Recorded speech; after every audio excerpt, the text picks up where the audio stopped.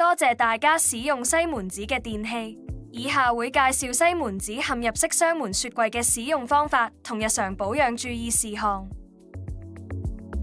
呢部雪櫃總淨容量有244升，採用變頻壓縮機，設有雙循環製冷系統，有效防止冷藏室同埋冷凍室嘅食材互相串味。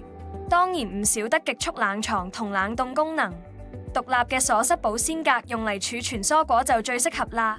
全雪櫃採用安全玻璃層架，原產地係德國。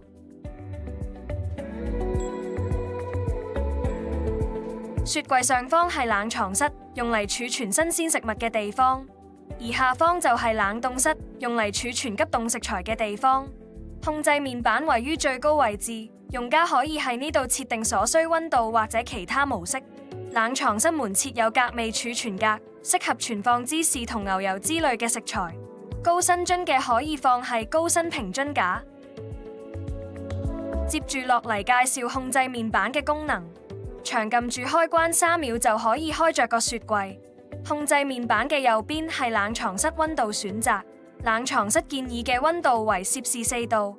控制面板嘅左邊係冷凍室溫度選擇，冷凍室建議嘅溫度為攝氏-18度。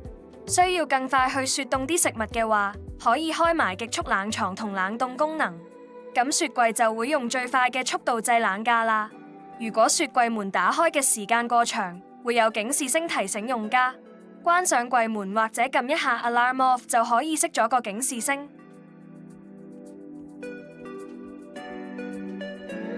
鎖塞保鮮格設有濕度調節器，當儲存蔬菜比較多嘅時候，可以將調節器推到左邊；而蔬菜同水果儲存量都差唔多嘅時候，可以將調節器推到右邊。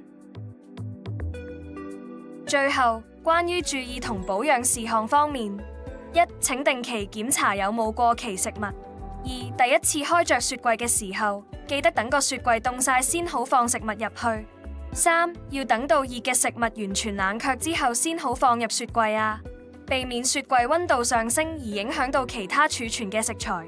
4. 請使用雪櫃專用清潔劑去除污漬。